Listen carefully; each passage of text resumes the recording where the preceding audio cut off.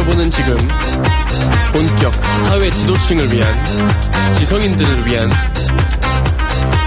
고품격 음악방송 약쟁이 스튜디오를 함께하고 계십니다. 지성인이라면 꼭 알아야 할 음악 이야기들을 들려드리겠습니다. 네, 저도 같이 합니다.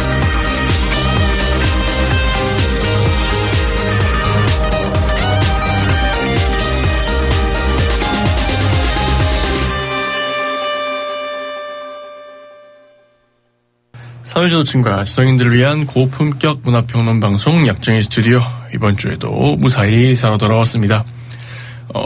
다시 한번 시그널이 없는 거를 듣고 눈치를 채신 분도 있을 것 같아요. 녹방입니다. 네. 왜 녹방하냐면은 개인적으로 또 일이 있어가지고, 이번에는 개인적인 일입니다. 개인적인 일이 있어가지고 이제 수요일날 저녁에 어디 좀 나가봐야 될 상황이 돼서 월요일 밤 11시에 이렇게 상당히 피곤한 상태입니다. 오늘 좀 일찍 나왔거든요. 상당히 피곤한 상태로 녹화를 진행하고 있습니다. 일단은 지금도 뭐 이제 좀 있으면 처서가 온다, 뭐 입추가 지났다 그러는데도 상당히 더워요. 지금 제가 방송 녹음하려고 녹음 전에 화장실 갔다 와야지 하고 갔다 왔는데, 가서 이제 화장실 일을 보는 동안 이거 어떡하지?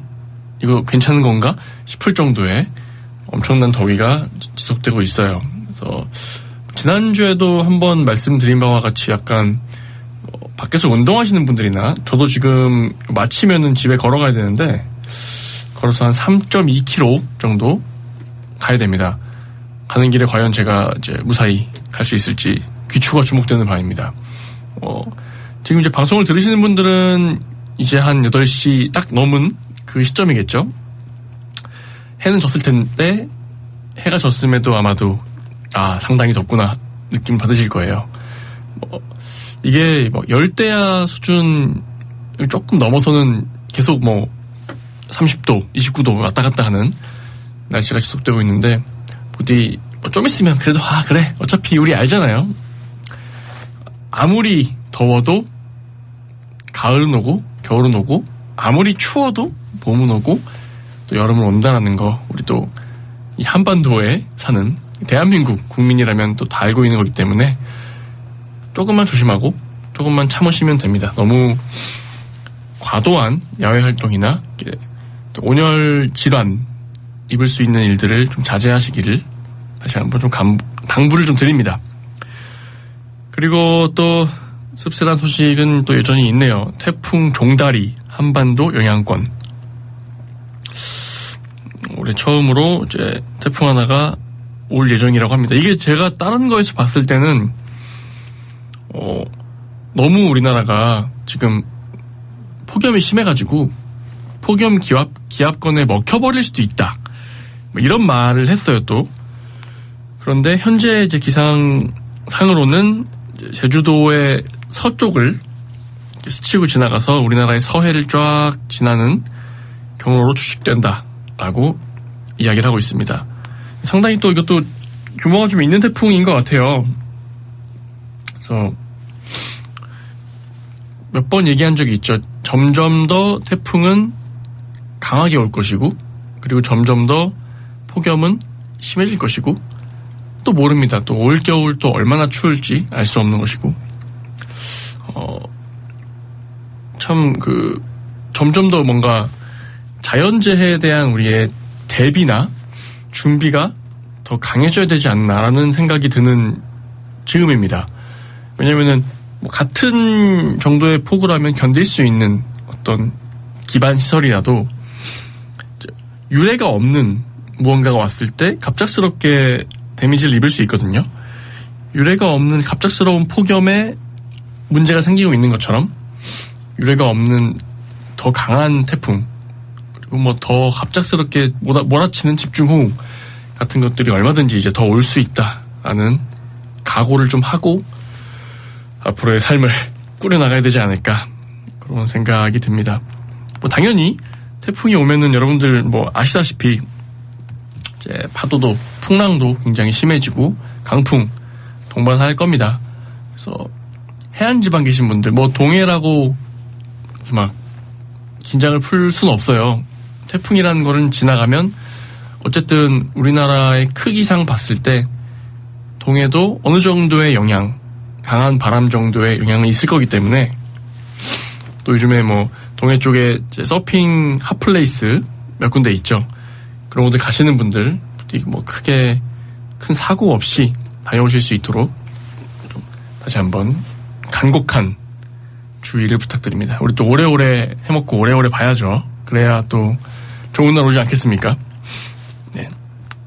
자, 이제 또 씁쓸한 소식들을 쫙 준비한 것들을 얘기할게요. 자, 일단 개학 시즌 맞아 코로나 절정. 다음 주 환자 35만 명 발생 추측. 지금 뭐 상당히 갑작스럽게 퍼지고 있는 것 같아요. 이게 모르겠습니다. 이게 쿨타임이 돈 거 아닐까라는 생각까지 들어요.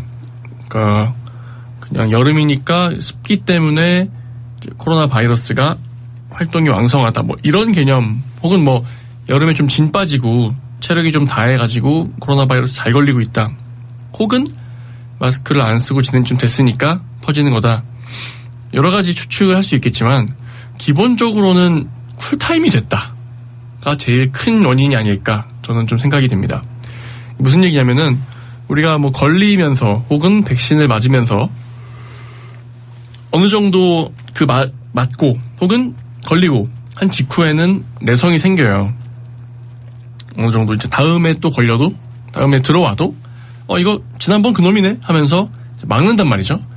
이게 이제 약화돼서, 그리고 코로나 바이러스는 또 그에 맞추어 변이를 했고요. 그래서 이게 계절성 독감처럼 될 것이다라는 어떤 추측이 아마 맞아 들어가고 있지 않나 생각이 듭니다. 하필이면 또 여름에 한창 또 기력 없고 많은 분들이, 특히 취약계층들이 훨씬 더 힘든 시기인데다가 학교 이제 개학을 하면서 아이들이 학교를 가고 바글바글 모여가지고 막 부대 끼고 하는 요 시즌에 겹쳐가지고 저도 조금 이제 조심해야 되겠다 싶어요. 왜냐면 왔다 갔다 할 때나 이럴 때 학생들과 동선이 겹치는 경우가 상당히 많습니다. 이제 특히 저희 이제 집이랑 여기 오는 길에 그 사이에 있는 학교들이 몇 군데 있어요. 제가 그러면 버스를 타면 그 학생들이 학교 시간이면 막 우르르 타거든요. 거의 버스를 꽉 채울 정도로 타는데, 일단 평소에는 너무 시끄럽게 해, 버스에서. 그래서 어느 학교인지 말 안 하겠습니다. 그래가지고 좀 이거 너무 시끄럽게 하네 친구들, 그냥 뭐 기분 좋은가 보지, 학교가 아니라 집에 가니까, 뭐 이런 마음으로 그냥 있었는데, 이제는 그 친구들이 그렇게, 저 같은 경우에는 뭐 사람을 만날 그 인원수가 별로 없어요. 오늘도 한 3명? 작업실에 있는 사람 2명이랑 뭐 없네요. 오늘 만난 사람이 2명입니다. 그냥 스치듯 지나간 사람들, 뭐 몇 미터 거리에서 지나간 사람들은 좀 있죠. 근데 이제 유의미하게 대화를 하거나 뭐 가까이 있거나 한 사람은 2밖에 없어요. 근데 학교는 기본적으로 한 반에 한 20명씩 있고, 쉬는 시간에 또 좀 시끄럽습니까? 막 하면서 막 놀고, 그러면 최소한 수십 명을 인접해서 마주치게 될 것이고, 그 와중에 한 명만 걸려 있어도 그게 되게 다중에게 전파할 수 있는 가능성이 많기 때문에 그들을 조심해야겠다. 그렇다고 해서 뭐 학생분들을 뭐 코로나의 예비 숙주다 뭐 이렇게 얘기하는 건 아니에요. 그런 그 파렴치한 얘기는 아니고, 대신에 다른 사람들을 많이 마주칠 수밖에 없는 상황인 경우에 조금 조심할 필요가 있지 않나, 조심해주면 좋겠다. 그래야 또 우리 모두가 해피한 그 마지막 여름, 그리고 다시 한번 재유행하지 않는, 팬데믹을 다시 맞이하지 않는 상황이 되지 않을까. 왜냐면 이게 그래 팬데믹 뭐 우리가 그 기간 동안 너무 힘들었어요. 지금도 아직 회복이 안 돼서 자영업 하시는 분들, 뭐 이런 분들 타격을 입어서 그만둔 분도 있고, 그리고 경기 자체가 굉장히 침체가 되어 있기 때문에 코로나 팬데믹 끝나고 뭐 격리하고 뭐 이런 거 없더라도 힘들다는 토로를 하는 분들이 많습니다. 제 주변에도 꽤 많이 있고요. 이 상황에서 다시 한번 팬데믹 모드로 나라가 들어간다. 그러면은 진짜로 이거 호흡기 뗀다는 느낌이 들어요. 호흡기 뗀다라는 그 비유가 딱 맞는 상황이 될 거예요. 그래서 우리 누구든 상관없습니다. 시민 여러분들 전부 상관없습니다.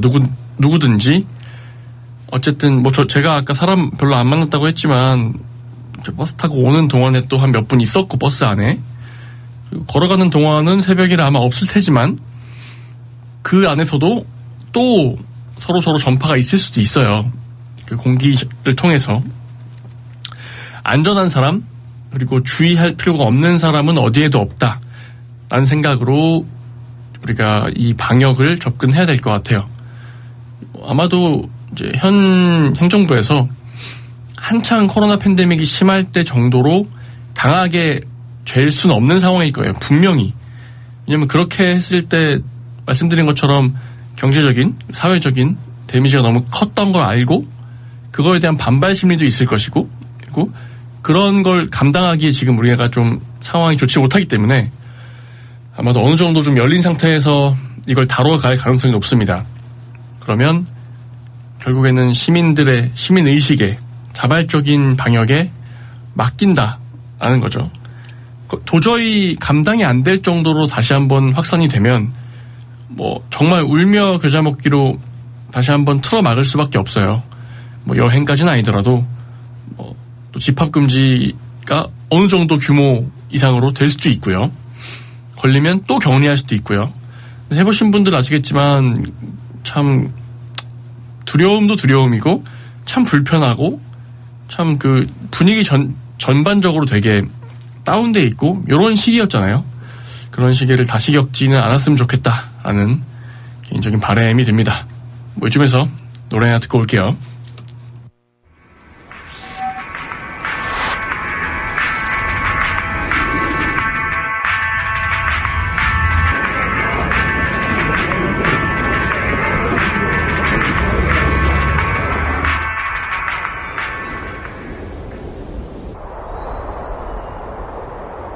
빛을 쏟는 sky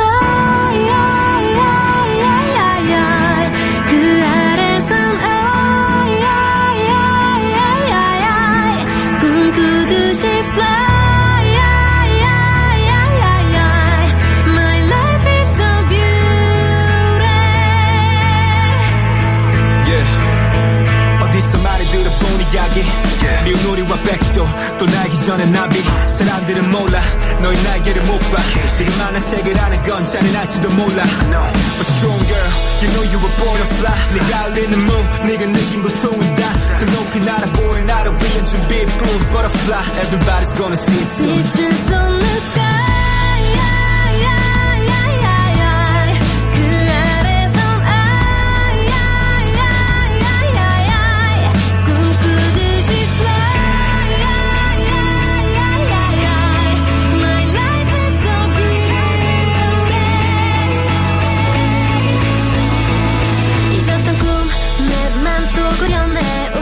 시간 모두 모아 다 삼켜내 작은 기억 하나 둘씩 날 깨워가 세상 가득 채울 만큼 나를 펼쳐가 길고 긴 밤을 지나 다시 트립길을 떠나볼래 Why not 이 세상에 내 맘을 깨워주는 한 난 혼자였던 yesterday 살 수 없는 시선에 떨어지는 눈물로 하루를 또 견디고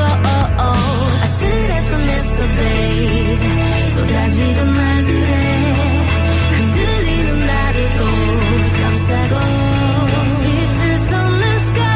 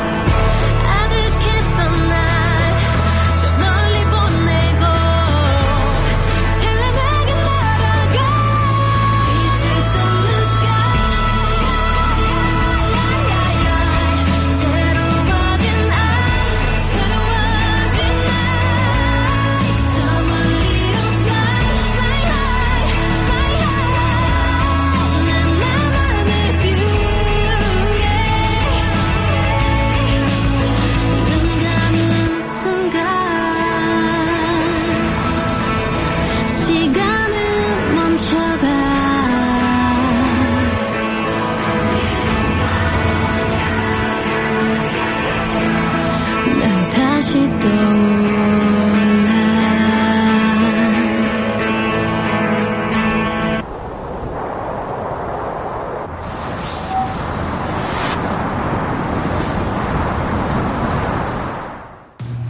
네, 태연의 아이 듣고 오셨고요. 그 다음 소개해드릴 기사는 그냥 쉬는 청년 44만 역대 최대, 75%는 일할 생각 없다. 44만에 75%면 33만가량 된다는 얘기죠. 아예 일하기를 원치 않는다라고 말하는 청년들이. 이 청년층이 이제 기준이 15세에서 29세예요. 이게 조금 저는 의아한 부분이 있습니다. 15세에서 20세까지는 학생 신분이잖아요? 근데 지금 당장 쉬었다라고 얘기하는 게 말이 되는가? 이런 부분 조금 우리가 고민해 볼 필요가 있습니다. 이 통계에 대해서. 그냥 헤드라인만 보고 어떻게 이럴 수가 있냐, 이런 게 아니라 통계의 정확한 대상과 실제 세부값이 어떻게 되는지를 봐서 그거에 대해서 좀 해석할 수 있는 시간이 좀 필요할 것 같습니다. 일단 청년층의 기준은 15세에서 29세 만으로 그 나이대예요. 그러면 제가 판단하기에는 그 중에 한 3분의 1은 사실 일할 그 나이대가 아니에요. 중학생, 고등학생이란 얘기입니다. 그리고 사실 또 20대 한 초반 중반은 대학생이거나 군인이거나 하기 때문에 또 이제 완벽히 경제 인구라고 보기 어려운 감도 있습니다. 그래서 이 통계를 뭐 완벽히 정확하다라고 말씀드리진 않을게요. 그냥 이런 그 조사가 있었다 정도입니다. 네. 결국에 그 우리가 시사하는 바, 이 통계가 말하고자 하는 바는 뭐냐면 근로 의욕이 떨어지고 있다라는 걸 얘기하고 싶은 거거든요. 네. 전체 인구 중에서 한 5.4%라고 하는데 사실은 이 정도면 글쎄요, 뭐 5% 정도의 인구가 일을 하지 않고 있다라는 게 사실 좀 심각한 부분일 수도 있겠으나 그냥 느낌상 5%? 그 정도까지는 이런 느낌이 들거든요. 네, 제가 좀 그 포인트를 짚고 싶은 부분은 요겁니다. 구직 활동을 왜 하지 않았나 라는 이유가 내가 바라는 일자리가 없다, 아니면 임금이나 근로 조건이 맞지 않았다, 그리고 교육이나 기술, 경험이 부족해서, 뭐 이런 내용들이 있어요. 그리고 뭐 다른 통계에서 보면 일을 그냥 쉬고 있는 게 아니라 일을 하다가 그만둔 상태에서 쉬고 있다 라고 답변한 사람들이 있습니다. 이 사람들은 이제 사회 진출을 한 나이대에 대상으로 한 거죠. 그러니까 결국에는 이게 포인트인 거예요. 뭐 15세부터 29세 학생들 아니냐, 이 포인트는 뭐 그렇습니다. 뭐 약간 오류 혹은 통계가 이게 맞냐라고 반문할 수 있을 것 같아요. 근데 거기서 그 내용상에서 제가 보는 중요한 지점은 여기입니다. 일을 내가 이 정도면 일을 하겠다라는 적절한 조건이나 적절한 처우가 없다. 혹자는 이렇게 얘기합니다. 너무 눈이 높다 요즘 애들. 혹은 배가 불러가지고 그렇다. 뭐 일 안 해도 뭐 부모님이 벌어준 돈으로 사니까 일 안 하는 거 아니냐, 뭐 이렇게 얘기합니다. 맞는 말이에요. 기본적으로 맞는 말이에요. 그러니까 당장 내가 내 스스로 돈을 벌어서 나를 먹여 살려야 되고, 당장 내가 지금 일을 뭐라도 하지 않으면 정말 굶어 죽고 월세 못 내서 쫓겨나고 길바닥에 나앉을 판이다 라고 한다면 뭐라도 하게 되겠죠. 근데 어느 정도 이제 부모님 세대에서 아직도 일을 하고 계시거나 아니면 조금 어느 정도 여유가 있으셔서 뭐 자식 한 명 뭐 숟가락 하나 더 놓는 정도는 할 수 있다, 이런 상황이라면 구직을 계속 미룰 수 있다는 얘기죠. 왜냐하면 우리 그런 얘기들 많이 했을 겁니다. 제가 이제 졸업할 즈음에, 저는 취업을 하지 않았지만 요 이직거리 하려고 막 많이 돈 얘기가 있어요. 첫 직장에서 업그레이드 하는 게 어렵다. 그러니까 처음에 이제 되게 뭐 소기업이나 이런 데 들어가면 거기서 다른 데로 더 좋은 처우로 이직하는 건 참 어렵다. 그런데 뭐 대기업을 가면 대기업 분명히 일 많이 시키고 힘들고 하겠지만 물론 중소기업이라고 일을 적게 시키는 건 아니에요.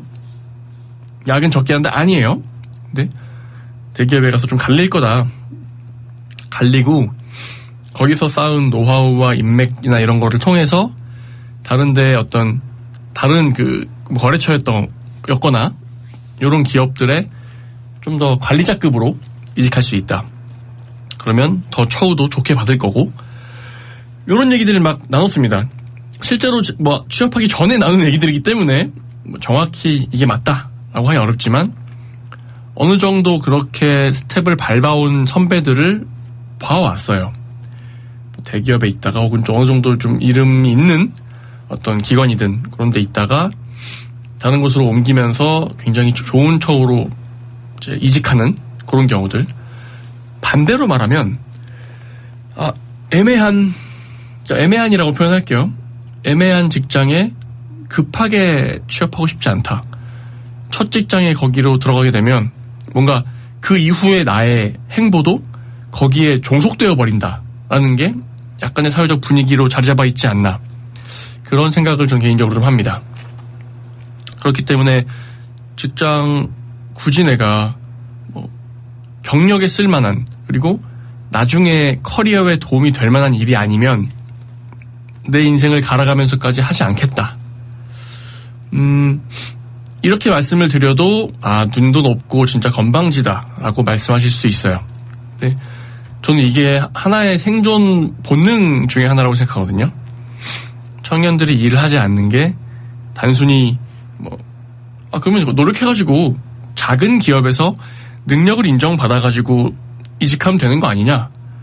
누구든지 능력이 있으면 알아본다, 데려간다 라고 할 수 있지만 그 각이 우리나라가 잘 안 나오는 나라이기 때문에 제 주변에 이제 중소기업에 다니고 있는 친구들은 우스갯소리로 그런 말을 합니다. 그냥 그만두고 퇴직금으로 좀 쉬다가 딴 데 그냥 비슷한 직군에 취업하면 어디 취업해도 특별한 기술 필요 없고 거기 시스템 조금 배우면 되고 지금이랑 똑같은 처우 또 받고 일하겠지 라는 얘기를 합니다. 그러니까 상승할 거라는 그 기대감이 별로 없고 그런 기대감을 주는 사회적 분위기가 아닌 거예요. 그러면 당연히 이제 망설여지게 되죠. 첫 끝발이 표준어가 맞나요? 첫 취업을 잘 해야 된다라는 부담에 휩싸일 수밖에 없습니다. 이거 생존 본능이라고 말씀드린 게 뭐냐면은 지금 10대, 20대 기대 수명이 아마 제가 정확히는 모르겠는데 100세를 넘었거나 100세에 근접할 거예요. 왜냐면 그 이전 세대 저보다 더 형 누나들 혹은 더 아저씨 아주머니들 같은 경우에도 기대 수명 85세 이랬거든요. 그러니까 지금 태어난 건 아니죠. 지금 이제 10대, 20대 같은 경우에는 기대 수명이 100세를 왔다 갔다 한다고 봐야 되는데 이 친구들이 이미 봐왔어요. 많은 걸. 한 40 좀 넘어가면 회사에서 휘청휘청해. 나가래. 나가서 뭐해요? 치킨집 했는데 코로나 터져. 망했어. 그러면 이 사람은 그 본인 직군에서의 경력과 기술이 있지만 나이가 있으니까 그쪽으로 갈 수는 없고 그 외에는 아무런 어떤 기술이나 지식이 없는 상태로 40대 한 중반 돼서 사회에 떨어지는 거예요. 그러면 이 사람이 할 수 있는 일은 상당히 한정됩니다. 이 사람이 할 수 있는 일은 정말 단순 노무직이거나 코로나 팬데믹 시간 그 시기에는 또 배달이나 이런 쪽으로 많이 빠졌죠. 그러니까 진짜 대체 불가능해 혹은 대체하기 참 어려운 정도의 기술과 지식을 가지고 있지 않는 한 나는 언제든지 내 연령, 내가 죽을 때까지보다 그 절반도 안 되는, 내 수명의 절반도 안 되는 때에 일을 그만두고 사회에 이제 내버려질 수 있다라는 게 이미 우리 사회가 그 친구들에게 가르쳤어요. 저같이 이제 아주 어린 시절에 IMF를 보고 자란 사람들은 그 주변 친구들의 아버지 누가 잘렸대, 누가 뭐 상황이 안 좋아져가지고 이사 간대, 이런 것들을 막 초등학생이었는데도 소문이 막 돌아 난리 나요. 그 서로 눈치 보고 얘네 아빠는 괜찮나? 우리 아빠는 저희 아버지는 이제 교사였으니까 뭐 교사는 안 잘린대, 야 부럽다, 이런 얘기들을 초등학교 1, 2학년이 한단 말이에요. 근데 그 이후에 뭐 4, 5정, 5, 6도 뭐 다 들어보셨죠? 45세가 정년이고 56세까지 다니면 도둑이다. 이 말이 나온 게 제가 한 고등학생, 대학생 때쯤이었을 겁니다. 그러면 지금 이 통계에 나오는 10대 한 중후반에서 20대까지인 친구들은 어린 시절에 그런 얘기들을 이제 지나가면서 어떻게 봐온 친구들이에요. 그러면 뇌리에 깊숙이 박힙니다. 그 얘기들이. 그리고 지금 그게 나아지지 않고 오히려 이제 4호정이 아니에요. 40이면 가는 거예요, 요즘엔. 40살이면 가야 됩니다. 그럼 나머지 60년 어떡하지? 이 생각을 미리 하고 있는 거예요. 제가 가끔은 아니죠. 예전에 레슨을 하고 이럴 때는 좀 의아했던 부분이 있었거든요. 이 친구들 본인도 그렇고 부모님들도 꼭 이걸 물어봐요. 이거 해가지고 제가 재능이 있나요? 돈 벌 수 있나요? 이거를 그 음악 레슨을 받자마자 물어봐요. 그럼 저는 할 말이 없습니다. 당시에 제가 이제 음악을 업으로 해야겠다고 한 지 한 5년 됐을 때인데, 지금 이제 한 10년 조금 넘었어요. 10년 했는데 내가 재능이 있는지 모르겠어요, 솔직히 말하면. 없는 것도 같고, 이 정도면 잘하는 것도 같기도 하고, 그냥 그래요. 그리고 정말 우리나라에서 1위, 2위를 할 거다라는 게 아니라면, 재능보다는 제가 보기에는 시간 투자와 근면함 싸움이라고 생각하거든요. 공부와 마찬가지로 이것도 근면함으로 채워나가는 시간들이 필요한 분야가 있고, 그걸 얼마나 꾸준하게 하는가가 제일 중요한데, 그게 아닌 거죠. 그거를 확답을 받고 내가 좀 명확하게 정해진, 안정된 상태에서 뛰어들고 싶다는 생각을 하는 것 같아요. 제가 그런 질문을 받을 때마다 좀 난감해했습니다. 재능이 있나요, 우리 애가? 모르겠는데요. 이렇게 하면 되게 무책임하잖아요. 무책임해 보이잖아요, 선생님으로서. 근데 모르겠어요. 근데 그 말을 물어보는 건 이해는 됩니다. 왜냐하면 이 친구가 재능이 있는지 없는지를 확인하고 싶은 마음, 그리고 정말 냉정하게 말하면 음악 같은 거 애매하게 하다가 그만두면 남들보다 처지고 어떤 취업 시장에서 사회인으로서 자리 잡는데 방해되는 거 아닌가라는 두려움이 있는 거거든요. 그런 게 이제 제가 지금 만나고 있는 사람들에게 뿐만 아니라 그 또래의 다른 친구들에게 있을 거예요. 당시에 저한테 레슨 받던 친구들이 이제 한 20대 한 중반 됐을 겁니다. 그 친구들이 다 그런 마음으로 살고 있다는 얘기예요. 여기서 해결책은 이겁니다, 이렇게 얘기할 수 있는 사람은 저는 못 됩니다. 해결책? 굉장히 각도를 다양하게 봐야겠죠. 그걸 다 말씀드리고 정리할 수 있는 사람은 아니에요. 근데 이러이런 것 같다, 이러이런 생각으로 혹은 감정으로 이분들이 이제 일을 하는 걸 꺼리는 것 같다. 꺼린다기보다는 두려운 거라고 생각해요. 게다가 하나 더 첨언하자면, 그냥 경력이 쌓이고 어떤 내가 능력을 점점 키워나가는 게 힘들다라는 것뿐만 아니라 일하다가 몸 망치고 정신 망치고 흔히 봤잖아요. 제가 몇 번 강조합니다. 지금도 우리나라에선 하루에 몇 명씩 죽습니다. 하루에 몇 명씩 일터에서 죽고 일터에서 받은 스트레스나 질병으로 죽습니다. 그거를 정말 냉정하게 이걸 이 돈 받으면서 내가 이거 이렇게까지 하는 거 맞나? 이런 질문 스스로에게 할 수 있지 않나요? 요즘에 또 봐봐요. 이제 커뮤니티 온라인상에는 몇몇 무슨 충 이럽니다. 충이라 그래요. 벌레. 200충, 300충, 월급이 그 정도란 얘기죠. 월 300 벌어오는 그걸로는 택도 없다, 거지다. 이런 식으로 얘기합니다. 실제로 우리나라의 해당 나이대 평균 소득 혹은 제 나이 때는 평균 소득은 400이 넘어야 월. 세후인지 모르겠지만 그런데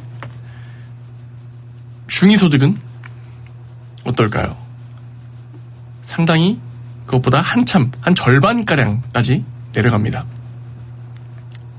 그러니까 결국엔 우리 사회의 기준이 또 한편으로 보자면 월 몇백, 1000 이렇게 벌어야 돼. 그래야 사람 구실해. 라고 뭔가 자꾸 확대하고 생산하고 있어요. 그런 담론들을. 근데 그렇게 버는 사람들은 상위 몇 프로예요. 억대 연봉이 상위 몇 프로였더라? 5%였나? 한 자릿수였던 것 같아요. 그러면 억대 연봉이면 1억이라 칩시다. 그럼 월급이 얼마일까요? 일단 1년이 12달이에요. 그러면 월 1000이 안 되죠? 제가 이건 사람마다 차이가 있겠지만 세금이랑 이것저것 다 떼고 나서 실수령 받는 금액은 600 좀 넘는 정도라고 합니다. 억대 연봉 상위 한 자릿수인 사람도 월 한 600, 700 정도를 받아요. 그러면 억대 연봉이 아닌 상위가 아닌 그냥 평범한 사람들은 그 격차는 또 간격이 굉장히 큽니다. 그러면 현실적인 상황과 굉장히 괴리된 이런 기준들을 계속 우리 또 스마트폰 계속 손안에 있는데 그런 걸 통해서 사람들은 듣고 보고 근데 내가 취업을 하려고 알아보니 월급 210만 원. 되겠어요? 실제로 씀씀이에 따라서나 생활 패턴이나 상황에 따라서 만족하는 어떤 월급의 기준은 다를 수 있어요. 물론 기본적으로 최소한의 비용은 들죠. 한 성인이 살기 위해서. 그리고 어느 정도 미래를 기약하면서 살아가기 위해서는 또 필요한 최소한의 금액도 있죠. 근데 그거를 우리 사회가 지금 사실상 채워주지 못하고 있다. 라는 게 제 개인적인 그냥 뇌피셜로 비롯된 결론입니다. 그냥 평범한 회사 들어가서 평범하게 일해서는 평범하게 살 수 없다. 물론 저는 그래서 음악을 한 건 아니에요. 그냥 이걸 내가 직업으로 안 해보면 안 되겠다. 나중에 언젠가 후회하겠다. 그리고 나중에 후회하더라도 일단 때려 박아보자라는 그냥 되게 막연한 생각으로 그렇게 했는데 그런 막연한 생각이 사실은 철없는 거잖아요. 철없고 현실감각 없고 좀 바보 같은 거잖아요. 그리고 그 바보 같은 짓을 할 수 있는 사람이 점점 줄고 있습니다. 줄 수밖에 없어요. 제가 10년이 어렸다면 제가 99년생이었다면 한 2000년생이었다면 지금 음악을 해야겠어 이렇게 뛰어들 수 있을까? 스스로에게 질문했을 때 확답은 못 드리겠습니다. 자신 없습니다. 지금의 사회적인 분위기라면 더욱더 내가 이걸 업으로 삼기가 어려웠을 거예요. 지금도 어려운데 지금도 제가 10년 지나고도 아직도 골골 하는데 지금 시작해야 한다? 쉽지 않다고 생각합니다. 실제로 하던 친구들도 팬데믹 한 2, 3년 거치면서 와르르 다 그만뒀고 그들의 선택, 그 마음이 어땠을지 다 미루어 짐작을 합니다. 지금 청년 친구들이 처해 있는 상황이 그런 상황이에요. 그러니까 단순히 이놈들은 너무 기준이 높고 너무 막 허세가 심하고 막 사치가 심하고 그래가지고 이러는 거야 라고 치부할 수는 없다는 거죠. 저도 뭐 딱히 사치하고 이런 편은 아니에요. 그냥 장 봐가지고 집에서 해먹고요. 뭐 일할 때는 밖에서 이제 좀 저렴한 거 그냥 식사하고, 뭐 돈 쓰는 데가 뭐 장비, 이건 뭐 저희 업무 설비니까 장비 사고요. 돈 쓰는 게 또 뭐가 없어요. 적금 좀 들고 없습니다. 돈 쓰는 거 그렇게 삽니다. 대부분은 막 어디 막 뭐 가서 막 비싼 뭘 먹고 막 오마카세 한 번 먹어봤어요. 한 번. 36살인데 오마카세 한 번 먹어봤어요. 한 번은 먹어볼 수 있잖아. 한 번 먹어봤고 그 이후에는 10,000원 넘는 것은 안 먹습니다. 비싸잖아. 아, 그렇습니다. 뭐 그렇게 그냥 치부해버린 상태에서 대화를 시작하면 사실은 그냥 겉돌 뿐이에요. 대화가. 얘네가 뭔 상황이고 어떤 생각을 하는지 좀 더 들여다보면 그래도 대화를 진행할 수 있는 건덕지는 나오지 않을까라는 게 제 생각이고요. 저는 계속 뭐 주변 친구들에게나 동생들에게 이야기를 들으면서 나름대로의 결론을 내린 거고, 또 들으시는 분들은 어떤 결론을 가지고 있을지, 어떤 생각하시는지 모르겠습니다. 저는 그런 생각들이 모여서 이거는 이런 방향으로 해결해야 한다, 이런 방향으로 우리가 나아가야 한다 라는 걸 만드는 거니까요. 일단은 너무 부정적인 시선으로 이제 청년 세대들을 보지 말아주십사 하는 마음으로 말씀을 드렸습니다.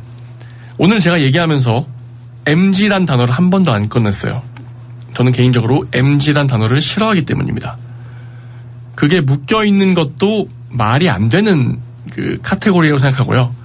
M세대와 G세대를 동격으로 두는 것도 말이 안 되고요. 너무나 긴 간격이고 M과 G 서로도 문화가 완전히 다르고 그 사이에 애매한 그 중립지대가 또 있어요. 중간지대가. 그런 용어로 뭔가 이제 이렇게 뭐라 그러죠, 그거를? 그냥 하나로 묶어서 그렇게 생각을 하고 판단을 하고 정책을 수립하고, 이건 상당히 멍청한 거라고 생각합니다. 제가 보기에는 요즘 같은 때는 최소한 5년 단위로 봐야 돼요. 세대가 5년 단위로 바뀌어야 돼요. 그 정도로 촘촘하게 해서 구분을 해서 이 친구들이 처한 어떤 사회적 상황이 어땠는지, 성장 배경에서 이런 것들을 다 짚고 넘어간 다음에 뭔가 정책을 수립해야지. 청년들이 일을 안 해? 역시 MZ들은 이렇게 얘기하면 진짜 엉망이 됩니다. 지금 20대 초반 뭐 대학교 이제 들어간 사람과 아이 셋 있는 30대 후반 가장과 같은 세대가 맞습니까? 이거 좀 얘기를 하게 되면 좀 길어질 얘기인데, 일단은 이 얘기는 좀 정리하고요. 뭐 공감하실 분들은 공감하실 거라고 믿습니다. 뭐 또 노래 하나 듣고 돌아오시겠습니다.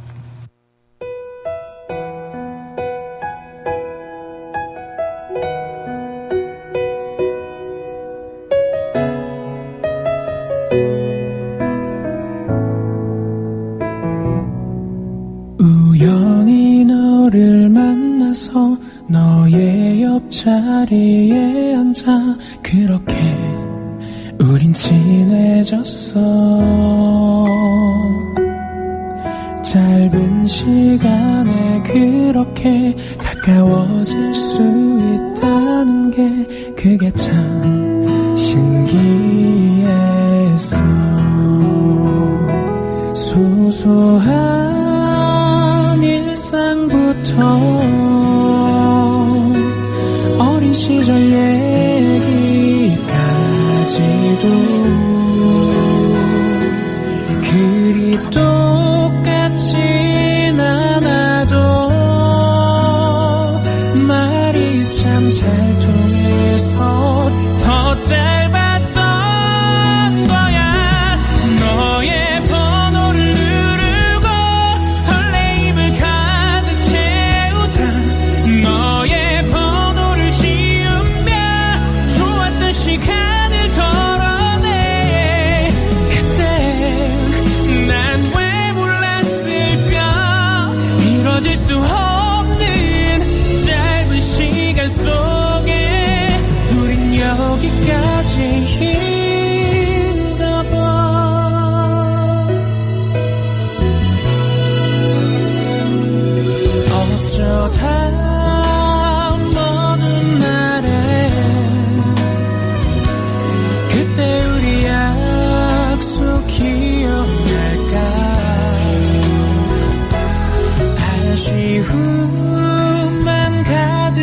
그랬던 그때 난 왜 그랬을까 너의 번호를 누르고 설레임을 가득 채우다 너의 번호를 지우며 좋았던 시간을 덜어내 그때 난 왜 몰랐을까 이뤄질 수 없는 짧은 시간 속에 우린 여기까지인가 봐 아무 일 없이 살다 보면 모두 잊혀질 거라 또 맘을 속이고 달래도 자꾸만 그때 네가 생각나 또 너를 부르게 돼 너의 번호를 누르고 설레임을 가득 채우다 너의 번호를 지우며 좋았던 시간을 덜어내 그때 난 왜 몰랐을까 길어질 수 없는 짧은 시간 속에 스쳐가버린 그때 그 시절 속에 우린 여기까지인가 봐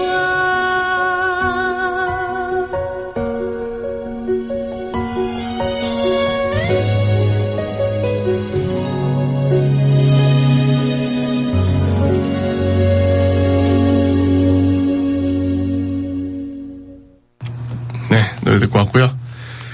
자, 다음은 앞좌석 밀치지 마세요. 승무원의 요청. 돌아온 건 폭언 폭행.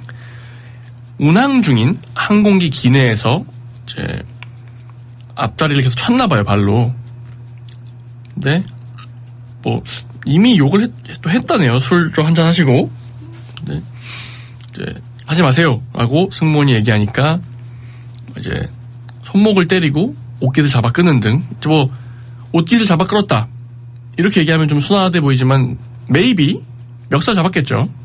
그래서 그렇게 대응했다 합니다. 술도 앵간히 먹었나 봐요.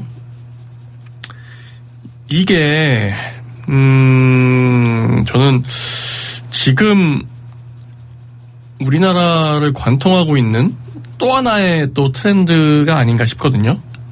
보니까 나이도 좀 되신 분 같아요. 60대래요. 우리나라를 관통하고 있는 어떤 하나의 흐름입니다. 뭐냐면 분노 조절 장애. 그러니까 혹은 우라병 정도로 정리할 수 있을 것 같아요. 그러니까 이게 뭐냐면 애초에 어떤 심적인 무언가가 없는 상태면 내가 뭐 조금 취해서 애초에 비행기에서 그렇게 취하도록 마시는 것 자체가 좀 문제가 있어요. 제가 보기에는 취해서 앞자리를 좀 밀고 찼어요. 그러면 당연히 앞좌석 승객이 불편하겠죠? 비행기 타보신 분들은 아실 겁니다. 저도 많이 안 타봤지만 시끄럽게만 해도 좀 불편해요. 또 이제 또 이코노미 같은 경우에는 또 좁으니까 막 떠들면 시끌시끌하거든요. 그러면 승무원이 앞좌석 분께 폐가 되니까 좀 조심해 주십시오 라고 얘기하면 제가 무심결에 그랬군요. 죄송합니다. 이러면 뉴스는커녕 어떻게 보면 되게 그냥 아름다운 미담으로 끝날 수 있는 얘기죠. 그런데 화가 나는 거죠. 아니 내가 지금 한잔하고 내가 이렇게 한다는데 네가 뭔데 막 이러면서 바로 나가는 거예요. 그게 뭐예요? 그게 지금 우리나라의 트렌드입니다. 네가 뭔데 임마. 나한테 왜 네가 무슨 권리로. 그러니까 제가 가끔 말씀드리는데 유치원 졸업 못한 거예요. 이건 제가 볼 때는 정신적으로 유치원을 졸업 못한 겁니다. 왜냐? 유치원에서 다 배우는 내용이기 때문이에요. 네 맘만 있냐? 내 맘도 있다. 전 이게 어떤 현대 사회를 관통하는 정말 좋은 문장이라고 생각해요. 유치원 때 제가 친구들과 싸울 때마다 했던 이 얘기가 현대 사회의 어떤 사회의 근간을 관통하는 얘기라고 생각합니다. 네 맘만 있냐? 내 맘도 있다. 그 말인즉슨 서로의 자유를, 서로의 권리를 침범하지 않는 이내에서 자유를 누려야 한다 라는 거거든요. 내가 누군가의 자유를 심각하게 침해한다, 그게 내 자유다라고 주장할 수는 없다는 얘기예요. 그러나 이제 기본적으로 뭔가 이제 뭐 울분이 쌓여 있거나 뭔가 있는 경우에 그런 것까지 생각 못 합니다. 그냥 누가 나한테 뭐라 하면 나한테 뭐라 하네, 화나네, 이런 식으로 사고의 흐름이 중간이 없어요. 그러니까 그냥 급발진합니다. 그럼 그 상황에서 소리 크게 내고 시끌시끌 하면은 사람들이 피하고 네네 알겠습니다 이렇게 해줘요. 그러면 이제 우리 심리학 배울 때 많이 배우는 얘기죠. 그 행동은 강화됩니다. 내가 소리 지르니까 뭐 다 깨갱하네, 앞으로도 그래야지, 이렇게 됩니다. 자, 일단 근본적인 어떤 해결 방안은 뭐냐? 이렇게 울분과 순간적인 감정을 컨트롤 못하는 상황이 쌓일 수밖에 없는 이 사회의 문제는 뭔가? 라는 걸 얘기해봐야겠죠? 그런데 그 얘기는 좀 시간도 걸리고 할 얘기가 많아요. 당장 내일 모레 할 수 있는 건 아니에요. 그렇다면 그 다음에 우리가, 아니 그 이전에 뭘 먼저 해야 되는가? 이런 행동이 잘못된 거라는 거를 명확하게 알려줘야 됩니다. 근데 우리나라는 법치국가고 그런 행동이 잘못되었다는 거를 시민들이 직접 알려주면 안 되는 나라예요. 물론 이제 점점 자력구제의 나라로 바뀌어가고 있습니다. 점점 이제 그 사법계에서 주는 어떤 형량이나 이런 게 충분치 않다는 여론이 심하기 때문에 그냥 모르겠고 라는 느낌으로 변하는 중이지만 아직은 법치국가예요. 그러면 법으로 명확하게 강하게 처벌해야 되는데 이 사람도 집행유예 받았어요. 저는 개인적으로 집행유예 제도 자체를 없애야 한다고 생각하는 사람인데, 집행을, 범죄는 유예하지 않았고 행했는데 집행을 왜 유예할까? 그냥 근본적으로 그냥 질문해보는 거예요. 이 사람은 뭐 집행유예 기간을 좀 조심할 수도 있고 아닐 수도 있어요. 더 심한 걸 할 수도 있습니다. 그리고 이런 사람들이 처벌을 받는 걸 계속 확인하고 눈으로 보고 겪어야 이거 안 되는 거구나. 그 자리에서 사람들이 가만히 있었던 거는 내가 이 행동이 정당해서가 아니라 그냥 피한 거구나. 똥이 들어와서 피한 거구나 라고 생각해야 돼요. 근데 그 똥을 치우는 사법부에서 정확히 치우는구나, 조심해야겠다, 하지 말아야겠다 라고 생각을 해야 됩니다. 아니면 특히 이 사건 같은 경우에는 운항 중인 항공기의 기내였어요. 기내에서의 어떤 그 행패를 부리는 것은 현장에서 좀 강력하게 제압할 수 있도록 추가적인 어떤 법안 설립할 수 있잖아요. 예를 들어서 원양에 나간 어선이든 뭐 이제 배 같은 경우에는 선장의 권위가 순간적으로 상당히 선장의 어떤 권위나 권력이 올라갑니다. 그게 깨지면 심각한 문제를 초래할 수 있기 때문에 대신 선장이 가지고 있는 어떤 책임도 되게 크죠. 우리 우리 또래분들은 아시듯이 이제 선장이 얼마나 이제 중요한 건지 다 아시잖아요. 만화 보고 하면. 그것처럼 예를 들어서 항공기에 기장님은 운전하셔야 되니까 나올 수 없겠지만 뭐 사무장이든 그 상황을 전체를, 객실 상황을 통제할 수 있는 최고 선임자가 그 사람을 물리적으로 제압해서 뭐 포박해 놓거나 할 수 있는 정도는 가능해야 되지 않을까. 그 정도가 돼야 거기 타고 있는 다른 시민들도, 그 승객들도 이 사람에게 맡길 수 있어요. 근데 그 스튜어디스 와가지고 고객님 이러시면 안 됩니다. 막 이렇게 소리 지르면 죄송합니다 하지만 이러시면 왜 죄송해? 이러시면 안 됩니다라고 왜 말을 해? 상대방은 말로 하고 있지 않은데. 그런 물론 이런 사람 보이자마자 다 두드려 패라 이렇게 강경하게 주장하고 싶지만 저도 이성을 가진 이성적인 판단력을 가진 인간이기 때문에 그렇게 하지 않겠습니다. 대신에 그런 사람들을 이렇게 미온하게 반응하거나 아니면 방치하거나 제대로 된 어떤 제압하거나 할 수 있는 규정이 없을 때 결국에 한 사람의 그런 일탈, 한 사람의 범죄, 한 사람의 땡깡이 수십 명에게 피해를 주는 거예요. 그러면 나중에는 이런 여론 나오지 않겠어요? 아니 왜 내가 억울하게 이걸 그냥 가만히 참고 있냐? 내가 그런 사람 보면 그냥 주변 사람들을 선동해서 와르르 가가지고 그냥 후디로 패고 그냥 도망가겠다. 그러면 누가 때렸는지 신원이 어떤 그 수십 명이 한 번에 린치해버리면 어떻게 알 거냐? 이런 말 나오지 않겠습니까?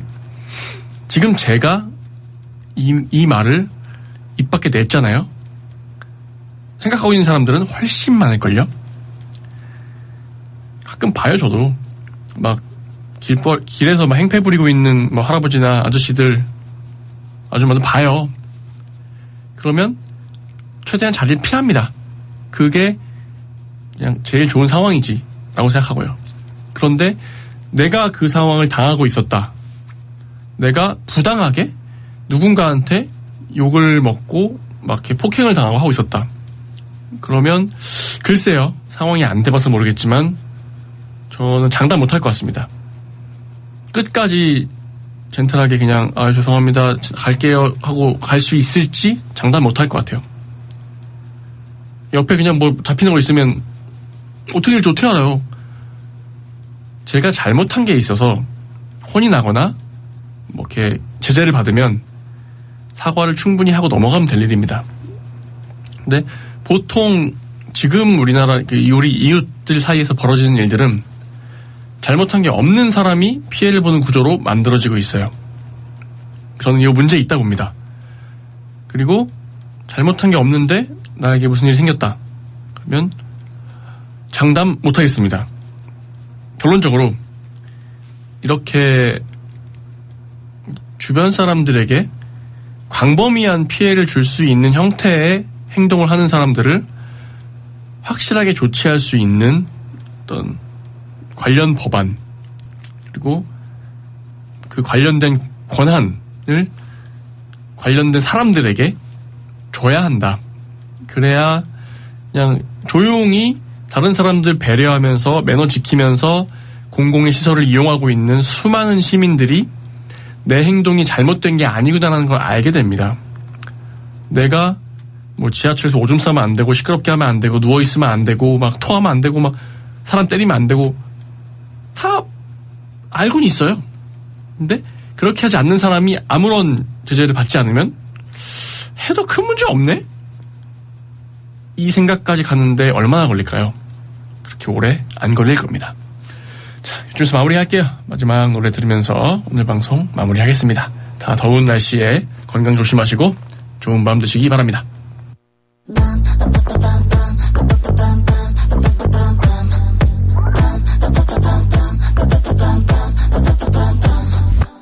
제일 높은 곳에 난 그 원하는 answer 내 answer 내 혈관 속에 날뛰는 new wave 내 거대한 passion 관심 없어 과거에 모두가 알고 있는 거 trouble it I'm fearless a new bitch new crazy all I got next one baby 저 highway 멋진 결말에 닿게 내 힘들도 나의 일부라면 겁이 난 없지 What you looking at what you looking at what you looking at what you looking at what you looking at what you looking at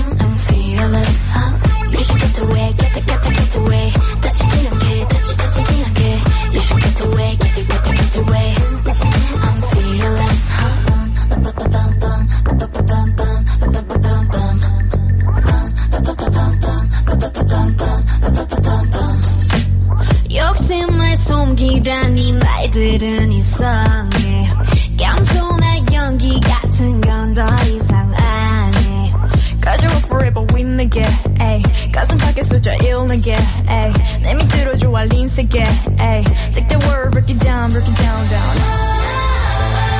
밟아줘 highway, highway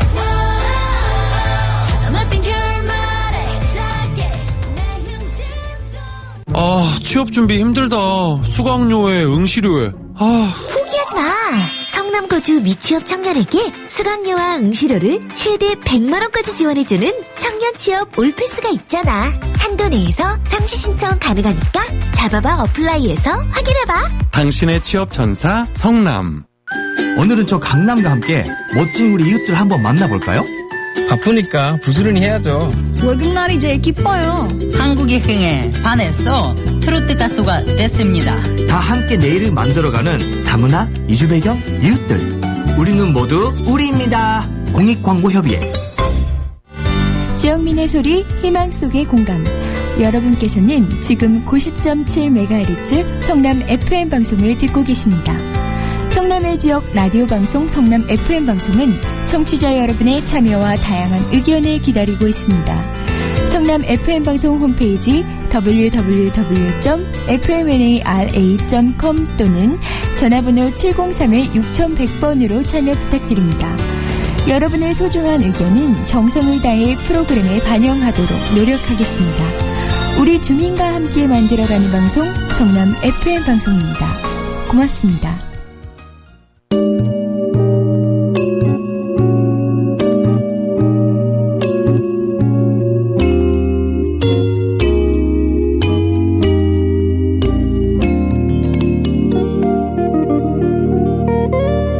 (90.7MHz) 성남 FM 방송입니다.